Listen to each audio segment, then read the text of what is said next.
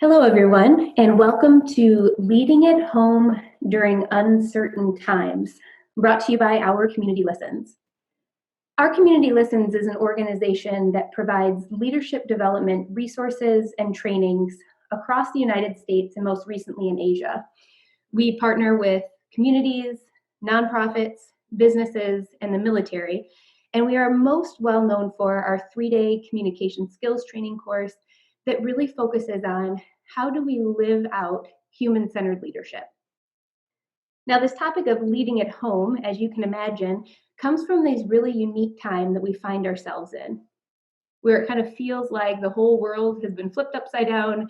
And for many of us, when we are at home, we are finding that we are spending a lot more time with our family.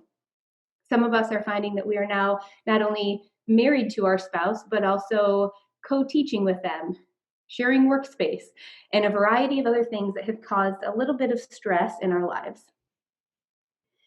In this session, we're basically going to cover two main buckets of information. The first is taking some time to examine what is causing the disconnection and some stress that we may be experiencing in our homes. And through that, we're going to focus on three main topics. How do our different core values show up in our day-to-day interactions? And all of us have set wired behavioral tendencies. And whether we have the same behavioral tendencies or ones that are different from our partner, there can be some stress that comes from that as well. And then we'll talk a little bit more about emotion and logic and how that balance or imbalance can play a role in our communications. The second part of our training is really going to focus on what are tangible things that we can start doing immediately that are going to equip us to be building better connections despite the fact that we are operating in some really challenging times right now. In that, we're going to talk about how to listen to connect versus listening to respond, how to notice and respond to something called bids for connection, and then how do we send meaningful personal recognition messages. So let's talk about what's happening right now. These are some pretty unprecedented times, and everyone is experiencing some really different situations. For some of us, this current situation means that we've been laid off of our work, or our workload has lessened, or many of us are finding that our workloads are even more heavy than they were before. Some people are experiencing high stress, some low stress. Some people are loving all of this extra time at home, and there are other people who cannot wait to get back to what they felt like was a really great routine from before. Regardless of where people are falling, the commonality is that there's been a shift. There has been change. And at times, this can make people feel really uncomfortable. Now, let's just acknowledge the fact that when we have people in our span of care that we care about, we have a desire to connect, right? There is good intent there. But sometimes we're experiencing some stumbling blocks that can make it difficult to connect in the way that we want to. So let's start off by talking about those core values. And I love this image here. I want to spend a little bit of time kind of explaining what it represents, and then we'll give an example and move out from there. So let's take a look at that innermost circle. These deep-seated needs and values are unique to each individual. They are core and critical to who we are. Whatever those needs and values are, they give rise to our attitudes, the way that we perceive the world, the way that we assess what's happening around us. And our attitudes give rise to our behavioral tendencies. And our behavioral tendencies basically are how would we behave if we were not trying at all? What is our natural reaction of how we would behave in situations? The thing that I really want to have us focus on is the fact that we have this next layer that is called choice. We are all adults who have the opportunity, when we have a natural behavior start to surface, to decide, do I want to let that behavior show? Or maybe because of the situation I'm in or the person that I'm with, I might make a conscious choice to let a different behavior come out. And a lot of that can come from maturity. Now let's take an example of an actual individual. Let's say that we have an individual named Pat. And Pat grew up and was raised with this deep need and a value for hard work and grit. This gives rise to the attitude that a good day is getting a lot done, and the natural behavior might look like starting the morning with a clear understanding of a to-do list, checklist. They're moving very fast and accomplishing a lot of tasks, getting that done before they're going to take a break. Now let's move over to the blue circle and assume that these circles represent, we'll say, Mark. Mark has a deep need and a value that he was raised with for prioritizing relationships, that people are the most important thing. This gives rise to that attitude that might look throughout the day for opportunities to connect with people. Those behaviors might mean that before they jump into tasks, they're taking time to really sit down and check in with people, see how they're doing. That maybe even if they're in the middle of the task, if a kid comes running up to them and seems upset, they might say, you know what, let's put that on hold right now. We should really just talk and figure out what's going on. Now, when you look at this, neither Pat nor Mark are right or wrong. Both of the behaviors that they're exhibiting throughout the day come from a deep need and value that they have that's an integral part of who they are. But while neither one is wrong, you could imagine that if Pat and Mark are married, that it can also bring about a little bit of tension. Because if you think about the fact of Pat and Mark maybe being married, what does a Saturday morning look like? And with our current situation, the question could be now, what does Sunday through Saturday mornings look like? Because now these different behavioral tendencies are impacting each other every single morning. It might look like when they get up in the morning, Pat is heading out the door to get something done and sees that Mark has just grabbed 2 cups of coffee and set the table for everyone to sit down and have breakfast together. So something to be aware of, that every behavior that people are exhibiting right now comes from a need that they have. Noting that the behavioral tendencies are such an important component in this, we want to spend a little bit more time understanding what those look like. Because even though we are all responding to the situation in very unique ways, because we are unique individuals, we are, however, predictably unique, which can also give us a really good common language. Our Community Listens uses the DISC assessment. And for those of you who have already gone through our 3-day course, you've already had a very detailed report come back, knowing exactly what your behavioral tendencies look like and are. Others of you may have taken the DISC in different formats or different environments. But even if you've never been introduced to the DISC tendency before, we're going to do a high-level overview of these 4 tendencies, and you may find that 1 or 2 might seem to resonate with you a little bit more. Now, the 4 behavioral tendencies, as you can maybe guess, are represented by the D, the I, the S, and the C, which makes up the DISC. So let's take a look at the D tendency. The D tendency has a need to control, to drive things forward, to be in the driver's seat. They are very active and fast-paced, and they move things forward. They have a fear of a loss of control or being controlled by someone else. And they seek out personal challenges. The I's stand for influencers, and they have a need to be loved by others, to be in relationship. They are very optimistic and positive. They can tend to really boost morale. And they have a fear of social rejection or being cut off from social interaction. And they are seeking out social recognition. And I want to be clear that recognition is not praise me. Recognition is see me, that they want to be seen and valued as an individual. The S tendency stands for steadiness, and they have a need to be serving a higher purpose, to be a part of something greater than themselves. They are very team-oriented. They want to be a part of the group. They want to see results, and they have a deep fear of a loss of stability. So they seek out harmony and traditional practices. Why try something new if what's happening right now is working? The C tendency stands for conscientious. They have a need to comply with their own high standards. They have a way of looking at everything and seeing how it could be done better. They have a very critical eye. They're very accurate and intuitive. They tend to have a really high attention to detail and really like data and information. They have a fear of a criticism of their work, which is probably due to the fact that they seek out perfection. Now, for some of you, you may think, oh, I know exactly what behavioral tendency I am. Or you might be thinking of other people in your span of care trying to guess where they might fall. And while it would be wonderful to have a for sure answer, there are two questions that we can ask ourselves to maybe better understand or better guess which tendency they may fall into.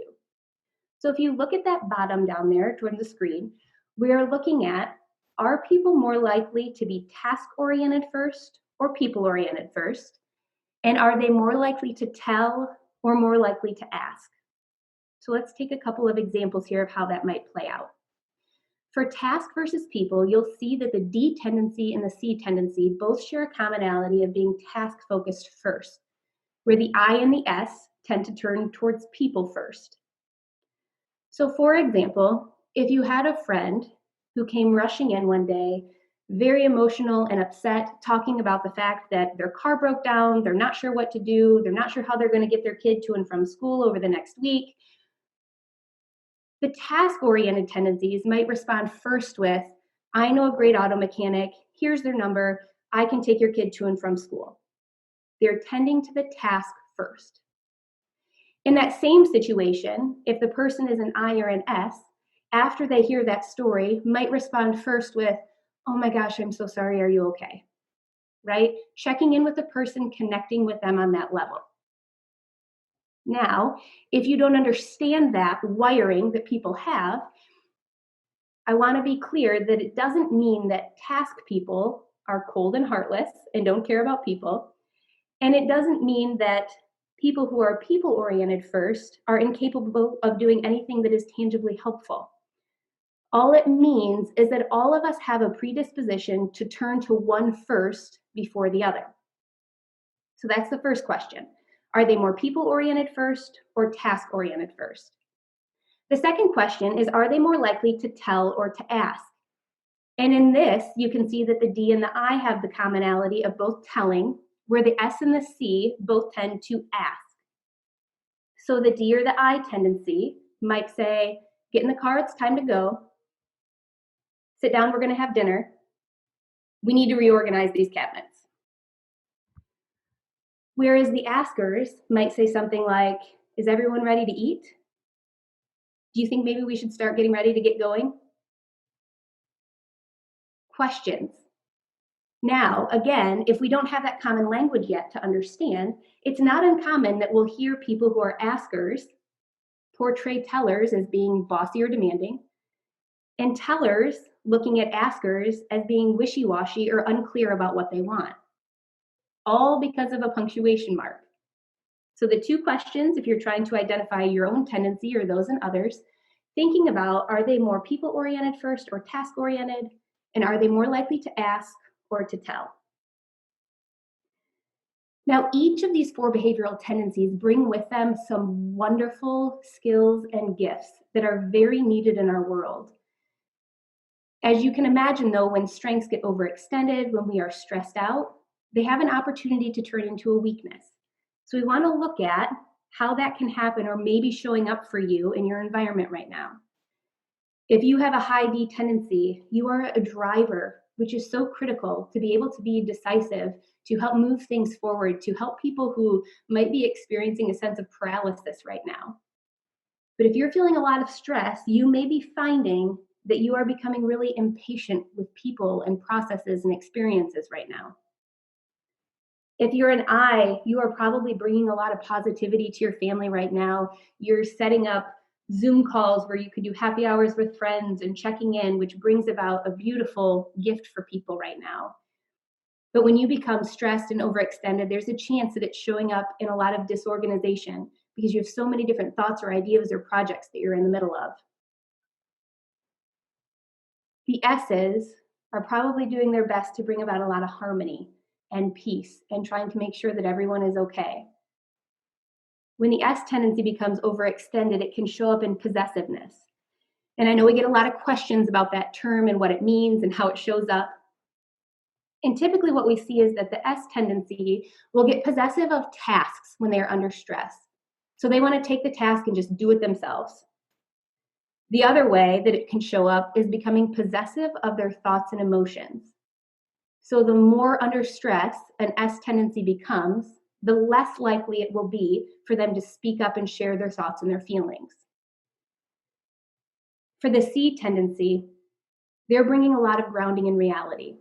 They've probably researched a lot of data and information to have a better understanding of what's going on, to keep a very logical, level-headed set. And when they get overextended, they can tend to become overly critical of themselves and others. When we become aware that we are under stress and overextended, we can start focusing and looking on the root cause of that. Maybe for me, if I can tell that I'm starting to get really impatient, it can be a reminder, right, that I need to pay attention to that. Because if we're aware of it, we have an opportunity to do something and make a more conscious choice about what behavior we are actually letting show. Because if we're not being intentional, we are going to continue to behave in a way that meets our own needs. We will be predictably thinking, feeling, relating, communicating, working, and playing, all based on our own needs and fears. Because that's what we know. It's our reality. It's our view that we've had our entire lives. Altering that isn't very easy.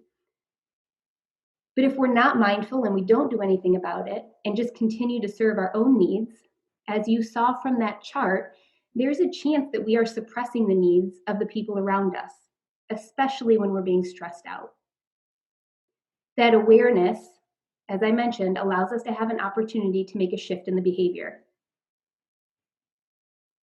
The third component that can be causing some disconnect or stress is this concept of how logic and emotion play out in our relationships and internally. Most of us walk around with a fairly healthy balance of logic and emotion, and we call this homeostasis. What happens sometimes, though, is that something happens and we get filled with emotion. And as that emotion rises up, you can see what happens to the logic. The logic shrinks. And I want you to think back on a time where someone, maybe in your family or outside of your family, came to you with a ton of emotion. What is our gut reaction sometimes? Sometimes what we have a tendency to do is to come back at that emotion with an overabundance of logic, right? We think, well, maybe if we balance it out with all of this logic, they will be able to see it and it will help and everything will be fine. But when you see that chart, people do not have the ability to interact in that logical framework while those emotions are still heightened. In fact, when we don't allow the emotion to be heard, to get out, that logic continues to remain in that shrunken state. So when our spouse or our kids come to us filled with emotion that we feel like, man, this doesn't seem like it's that big of a deal, let me logically tell them why. You can see from that middle image why that's not effective.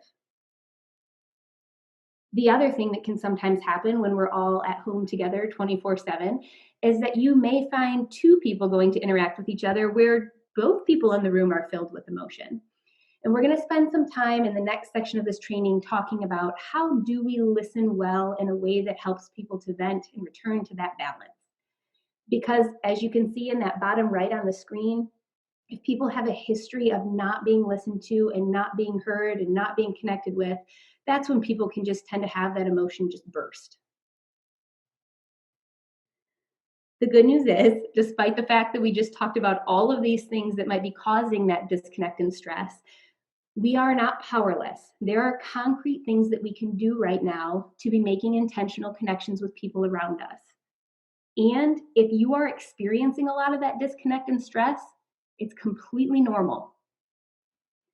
So how do we connect? We're going to talk about three main components here.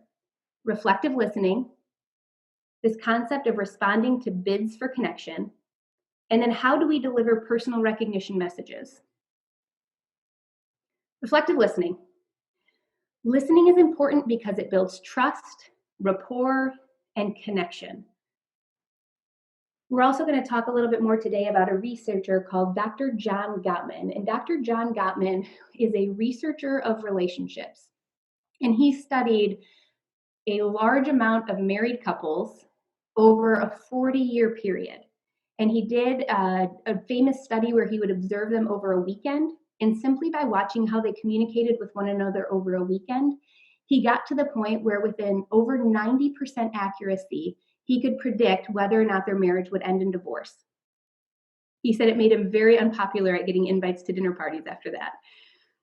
But one of the things that he found in his research, in marriages that stayed together, in couples that were still happy for a very long time after they were married, was that they were more likely to be able to listen to their partner without judgment when they were expressing a negative emotion. Now that's a lot there, so I'm going to read it one more time. Being able to listen to their partner without judgment when they were expressing a negative emotion. So I want you to imagine your partner coming to you feeling hurt or sad or slighted or mad about something that you have done, and they are expressing that negative emotion to you. Are you able in that moment to listen without judging or assessing how right or wrong their perspective is, without the defensiveness? That's a really powerful tool that can come across in listening. And when we use our reflective listening skills, well, it's not easy. It can still become easier to be able to set aside that to really be fully present with the person you're trying to understand. Let's do a high-level overview of the 5 reflective listening skills.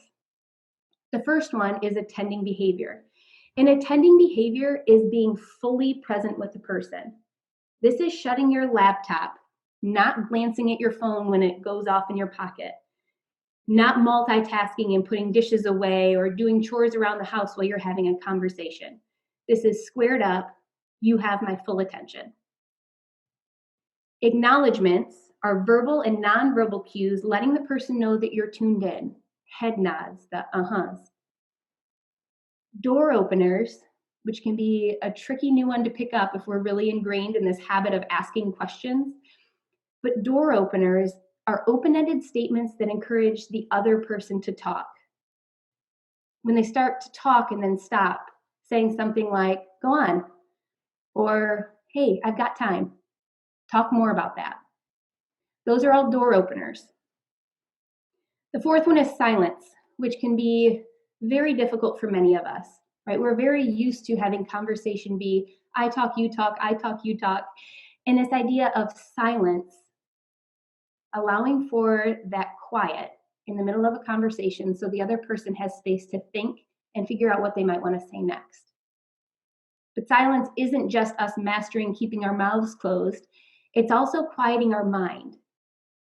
And if as the person is talking to us, we're thinking about what we need to be going to do, or assessing a judgment over what the person is saying, or thinking about how we want to respond when they're done talking, we're really not being very internally quiet. And when all of that is cluttering up our head, it makes it harder for us to really hear what the person is trying to say. And then reflectively responding, trying to state back the facts and the feelings of what we think we heard the person say. Man, it sounds like that call was really frustrating for you when people kept talking over top of each other. All of this needs to be enveloped in empathy. And empathy is seeing it as the other person sees it and feeling it as they feel it. Not, how would I feel if I were you? But how are they feeling, and can you connect with that? So for example, if any of you have a teenager at home right now who is absolutely crushed about the fact that they no longer have a prom to go to, and you are on day 3 of hearing them talk about it. Empathy is not thinking about, if I had a dance get canceled, that would not be that big of a deal. Empathy is feeling it as they feel it. Is your teenager disappointed? Devastated? Feeling like something's been taken from them? Because I, as an adult, can think of a time that I have felt those emotions. And that's the connecting point. Now, while it can sound nice to listen, there are a few things that we do that can get in the way. They're barriers to being able to connect with the people we care about. One thing is asking questions, otherwise giving reassurance, sharing a similar story and turning the conversation to be about us, giving advice, or passing judgment. I want to give you an example of how this might work. If your spouse comes out of the home office or whatever makeshift office space you have right now, and they are beyond frustrated, feeling like they just totally botched up a virtual meeting that they were supposed to be leading. Sometimes, instead of just listening and empathizing and giving a reflective response, we jump into these and maybe say something like, well, what happened? What did you say? How did the team respond? What are you going to do now? Which has a way of making people feel interrogated and causes them to shut down. Or we give reassurance. I'm sure it's not that big of a deal. Nobody even probably noticed. Giving reassurance can often seem dismissive. Sharing a similar story after my partner comes down the hall and says that, I might say, oh my gosh, I totally get it. Last week I had a call and a similar thing happened to me. And what that does is hijack the story and makes it about myself. Or we jump right into giving advice. Right after this call, you should circle back with Pete and make sure that he knows that that's not how you meant it. It might be good to type up some follow-up notes. When we give advice, not only are we not hearing what the person said, but we're also coming in and trying to hijack their problem solving, which people don't really need. People are capable of solving their own problems, but it's helpful if we listen first so that that emotion level can get back down and they have more access to their logic to think through how they want to proceed. And the fifth one is judgment. After you hear what your partner said they did or how they responded in the meeting, you might say, I can't believe that you did that. That would never be a thing that people should say on a meeting call, which obviously makes people feel, as you can imagine from the term, judged and less likely to come to you the next time they feel like they may have messed up. I love this quote because I think it's really powerful. One of the most powerful dynamics of human interaction is when people feel as though they have been heard, really heard. Hearing someone does not mean we necessarily have to agree with what has been said. Rather, it is working to understand where people are coming from and then moving to a new place together. And I really like to pull out this idea that we don't have to agree with people for us to really allow them a safe space to feel like they are heard and connected with. The second concept here of ways to connect is called responding to bids for connection. And this is going to be a short video clip that we're going to flip over to that is from Dr. John Gottman. And one of the things that's great in here is that he talks about this concept that he observed from another area of his study, where couples are constantly throwing out these different opportunities to connect to one another, and how if we're not careful, we might be missing it. People are just hanging out. The way they build intimacy is in very tiny moments. They make little bids, BIDS, for emotional connection. Now, at the lowest level, they're making bids for their partner's attention.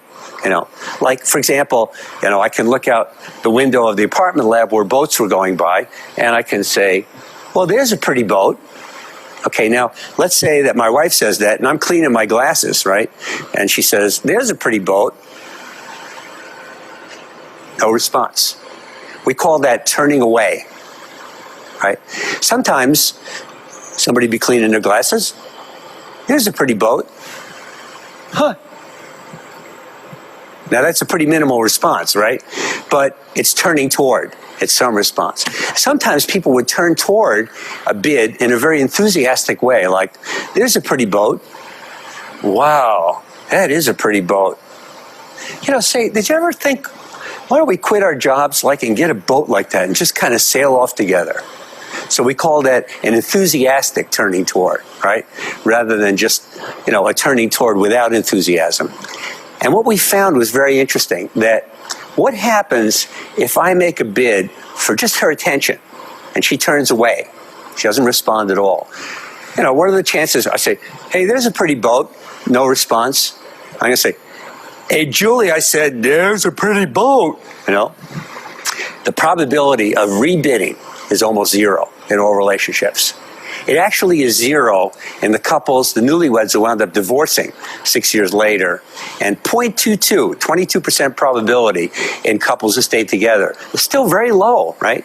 And in fact, on the videotape, what you see is if partners turn away, they kind of crumple a little bit, and they do some face-saving things like straightening up or petting the cat, or something like that. But they don't rebid. That lack of connection is really painful. And we started realizing that in these very tiny moments of emotional connection, people are building kind of an emotional bank account in the relationship. They're building up points in their relationship that builds emotional connection.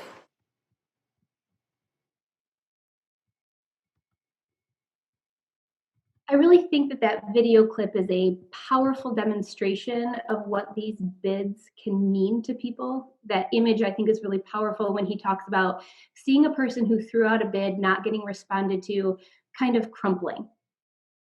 And if you think about it, his example seems so small, right? Hey, look at that boat. Sometimes our bids show up in a variety of different ways, and they might look different depending on our behavioral tendencies. But if you are a task-oriented person, or you're married to or dating someone who is a task-oriented person, or raising a kid who is task-oriented, and they ask you to do a project with them, that's a bid for connection. If your spouse is really people-oriented and they say, hey, would you mind just sitting and drinking a cup of coffee? That's a bid for connection. Sending you an article link, a bid for connection. All of these small moments and opportunities that we have to turn towards or turn away from our partners.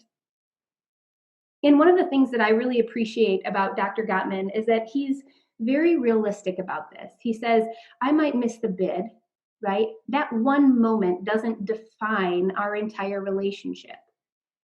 But over time, moment after moment after moment, it certainly does start to have a significant impact on the way that we engage with the people that we care about. So it can be helpful to have some conversations or to be mindful of what are the bids that I'm making and how am I being aware of the bids that my partner might be throwing out. All right, the third component that we want to talk about in this section of ways to connect is delivering personal recognition messages. And this is a really powerful tool to be able to use. Recognizing someone in this way is basically celebrating what you want to see more of. And I love this top quote here where it says, we must find time to stop and thank the people who make a difference in our lives. Over 2 years ago, I took a small note and wrote out a personal recognition message to my daughter, who was 9 at the time. Just last week, I went to put something away in her drawer, and when I pulled it open, I saw that she had kept it there in her drawer that entire time because it had been so powerful for her to hear. And while it's great for us sometimes to say, I love you, great job, thank you, I'm proud of you, those aren't bad things to say to people, but they're also not very specific. So how do we start providing feedback in a way that is going to be more meaningful? And we can do that by writing out a recognition message that has 3 main components: the primary feeling, the specific behavior, and the impact. Let's take a look at what an example might look like. Pete, I feel cared for and supported when you run errands for our family after working all day. It makes our evening less stressful and we have more time for each other. So if you look at that, the primary feeling, cared for and supported. The specific behavior is you run errands for our family after working all day. And the impact, it makes our evening less stressful and we have more time together. And I think what happens is that a lot of time we have an internal dialogue where we are thinking about something that we really appreciated. But the words that actually come out of our mouth, if we even think to say anything at all, is, hey, thanks. Or I'm really glad I have you. You know, whatever that might be. But when we can start to be more intentional about the feedback, it does a couple of different things.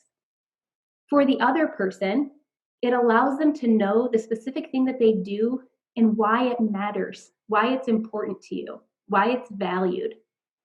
And that can be really insightful for the receiver. I know one time my husband came to me and delivered a recognition message, and it was about a behavior that I had that I wasn't even aware of or didn't think was a big deal. And after I realized how impactful that was for him and how it was affecting the family, that was really good information for me to have so I could focus on doing more of that. The other thing that it can do for you internally is help you to start actively scanning the environment for things that you appreciate about your partner or your kids. And it actually goes to retraining your brain. If you are constantly scanning the environment and delivering these recognition messages, your brain actually starts to create what's called positive sentiment override. I start to see my partner and my kids in this more positive light. And then the next time they come into the room and they're a little snippy or a little bit grumpy with me, I see that behavior as an anomaly, right? Maybe they're a little bit tired. I might just extend them a little bit more grace and space because my brain has been so used to looking at and recognizing all of the things that you love and appreciate about them. As you can imagine, the flip side is true. If we continue to let our brain just dwell in the space of how loudly your kids chew or how many things they've left out on the floor, and that tends to be the feedback that they get from all the time, it can create a negative sentiment override. And there might be a chance that we are missing the positive things that they are doing. On a particular morning where I got up and we were about 2 weeks into the stay-at-home order, I found that within the first hour of the day, I had corrected my kids on about 6 different behaviors that they were doing. And I realized that after that, it set us on this trajectory where that's what my mind was drawn to. And as you can imagine, the mood and temperature in that area was not great. When I stepped back and tried to look at everything that the kids had done that morning and draw out things that I could deliver genuine recognition messages about, genuine being key. People can tell when you are not being genuine. It was amazing to see the change both in them non-verbally and the words that they used and their excitement over how they continued to act the rest of the day. These recognition messages are a really powerful tool to be able to use. Let's do a quick review. Reflective listening helps us to build connections and hear more about the people in our span of care. It builds that trust and rapport. Recognizing bids for connection can help us to build stronger relationships. And delivering personal recognition messages can help us celebrate the good in our relationships and also help to rewire our brain to achieve that positive sentiment override. Now, I know that we've had to move through information pretty quickly today in a 1-hour training, but I do want to make sure that you walk away with some clear next steps of what you might choose to implement. Probably tomorrow for most of us. For you overachievers, feel free to jump right in after the training. But maybe your goal will be that the next time your partner or your kids come to you sharing a problem or something that they're going through, instead of jumping in to offer advice or to pepper them with questions, you might choose to utilize silence and trying to give them your full attention, no distractions, and try to understand what it is that they're feeling. Whether you agree with it or not, can you imagine a time that you felt that way? Maybe what you choose to work on is starting to be more mindful of the bids for attention that your partner or your kids might be throwing out. Because especially with kids, sometimes those bids don't come out very appropriately. So maybe the next time you're walking through the room and your partner mentions that it's cold in the house, instead of saying something like, "Oh, really? I'm not cold," you could do an enthusiastic turning towards, grab a blanket, bring it out to the couch and hand it to them. Whatever that might be, how are you being mindful of all of the different times that people in your span of care are attempting to connect with you? Or maybe for you, the one that you want to choose to focus on is delivering personal recognition messages, starting to scan the environment right away for things that your partner or your kids are doing that you appreciate, and spending some time thinking about what is it specifically that they're doing, how does that make me feel, and what is the impact that that's having either on our family or me or our environment here. And then going that extra step and making sure that you tell them. Or write it down. Maybe you'll find it in a drawer somewhere a couple years down the road. Overarchingly, what we want you to walk away with is this personal challenge to say, I want to take something that I have learned today and start implementing it immediately to have an impact on my family. Because the way that we behave, the way that we show up, is having an impact on the people in your span of care. Just because we are stressed or because we are overextended or having a bad day, we don't have the luxury of just saying, hey guys, hopefully I don't make you feel bad or impact you poorly because of the way I'm acting. We don't get to shut that off. So what we want to consider is, how can we be intentional? How can we pull on the strengths of our behavioral tendencies? How can we as a family unit lean on each other and communicate in a way where people are going to feel like they are valued and they matter? I hope that you found this training helpful, and have a great weekend.